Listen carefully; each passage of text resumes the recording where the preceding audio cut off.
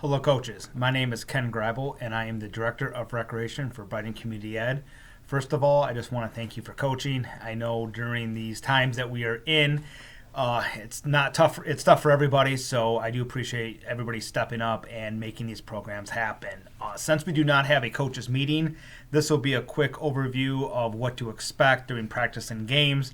If you have any questions after watching this video and then reading the email that is sent, give me a call or shoot me an email, and I'd be happy to answer anything you may have. The first day of practice will be obviously next week. At your first practice, everybody will be receiving a orange folder. In this folder, there will be a coach's code of conduct, a coach's job description, and just a coach's handbook that's very generic regarding the BARC programs. At some point, just read these over. It's pretty basic, what we expect you as a coach and how everybody should act. The being rec programs are usually not an issue, but it's something that we have to do. Also in there, you will receive a hard copy of your roster. Everybody should have received the roster. You should have at least contacted your players, letting them know that they're their coach and their first day of practice. If you have not, please do so ASAP. If not, come Monday, I spend the entire day answering who is my coach questions, and we get nothing done. So please email your team, your players, if you have not already. So first day of practice will be a little bit different if you have coached before than previous years due to the COVID issues and the policies that are in place at the schools. This year, everybody will meet their players outside. We will not be going into the building. You do not need to go into the building. Everybody, with the exception of Hilton, is going to meet at the basketball courts that are outside of each school. So Horning, Mondays, go to the basketball court. Spencer, basketball court. Hawkins, basketball court. Hilton, we will meet at the outside buddy bench. There will be some signage that will say BARC check-in for soccer. Meet there. I will be there. If not, another BARC staff member will be there. 99% of the time, you will see me there unless something major came up and I can't be there for it. But that will be where you want to meet. The kids are going to then exit the school. They will then come to that area. I will have a master list. I'm going to check each child in first before you guys actually check them in. Definitely the first week, so we know who is on a bus or who went home with a parent or not. Because if we're missing kids, that's not good. So ideally what's going to happen is I'm going to check them all in to make sure they're there. They'll go to you. You also will have a check-in sheet just to confirm that they're there. And then once they're in your group and they're all checked in, you then can obviously have them get dressed, put on their shoes, put on their shin guards, fill up their water bottles if they need to. We can figure that out the day of. Bathroom breaks, all that will happen. Once all that is done, and also snack. Have them eat snack as well. Once that is all done, we can head to the field. If you want to do this at the field, that's fine as well. If you want to do snack at the field, that's fine as well. All I ask is put together a game plan so the kids know exactly what they're going to do once they get out of school. If you have any questions about that, let me know. Once the kids are all checked in, snacks done, they're dressed, we're at the field, run your practice. This year, due to COVID, we are requiring every kid to bring their own soccer ball. First and second grade, size 3s. Third and fourth, fifth and sixth, size 4s. If by chance a child forgets theirs, I will have extras with me to fill in so they have a ball to use, and then we'll have to clean and sanitize afterwards. But hopefully every kid does remember to bring their ball. I'm not going to put money on the fact that every kid will, but hopefully most of them do. The main concern is shin guards. Every kid needs to wear shin guards. They have to have them for the games. They have to have them for the practice. That's the main concern. Cleats, it's up to parents' discretion. I support wearing cleats, but not every kid will have them, and that's fine. Face masks. As you guys all know, the recent EO went out requiring kids to wear face masks. What we're going to do is this. We are going to follow the EO, but I am going to put safety first and the fact that if a kid can't breathe, I'm not enforcing the face mask. Or if a child has medical reasons where they cannot, asthma, breathing, whatever, we are not going to force it. Those that can are fine. That's great. But at any point a kid needs to breathe, that face mask can come down. If they wish to put it back on, That's fine.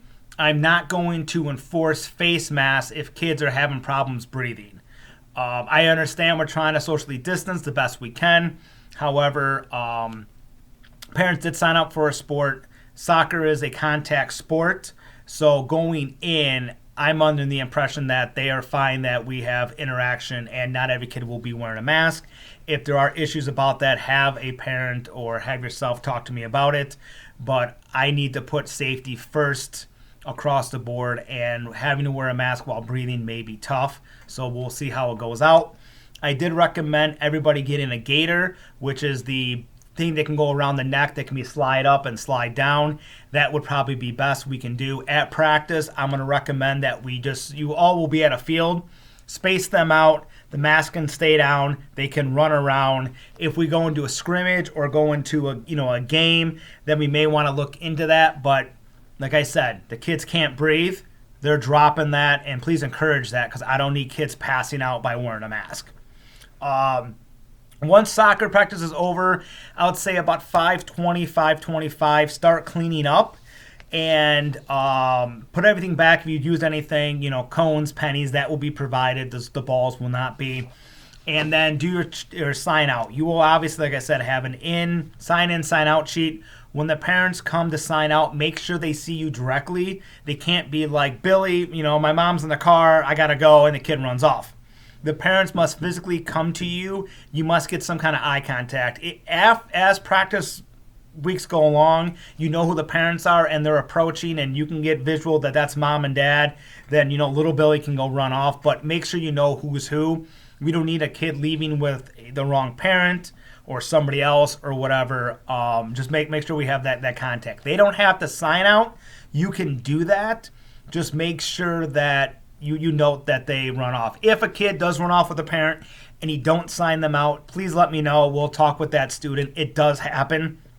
Mostly we just call the parent and say, hey, did your kid leave with you? And mostly they're like, yes. And, so we worry about that then. That's kind of practices, how it's going to run every week. This is all new with the COVID pandemic, so hopefully this is a smooth transition. I should have game schedules out within the next week or so. Basically, everybody plays 6v6. Goal sizes will be different from first and second to third and fourth to fifth and sixth.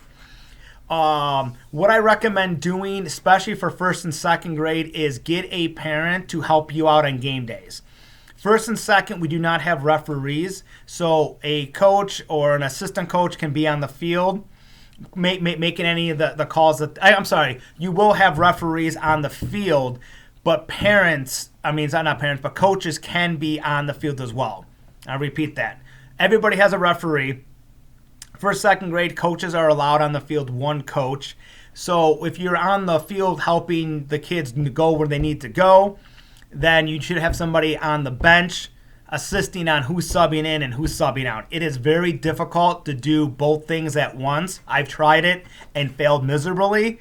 So I would ask a parent to help out with that. Third and fourth, if you want an assistant, that's fine. However, you are not allowed on the field, and same thing with fifth and sixth. Please understand, too, that these games are rec games. We do not keep score. We do not do trophies. I do not do standings. It's not that I don't think kids should learn how to win and lose because that is big. It's just the stress of wanting to win or having to win should not be in play with these programs. We strictly focus on skill development and learning how to play as a team. The kids are going to know the score. The kids are going to know if they win or lose. We don't need to publicize it. However, the kids are having a bad game. You can tell them, hey, you didn't play well this week, or this is what we need to work on. They're going to know that. So I want to emphasize that, yes, you are going to win and you are going to lose. And like I tell the kids that I coach, you will learn more from losing than you will from winning.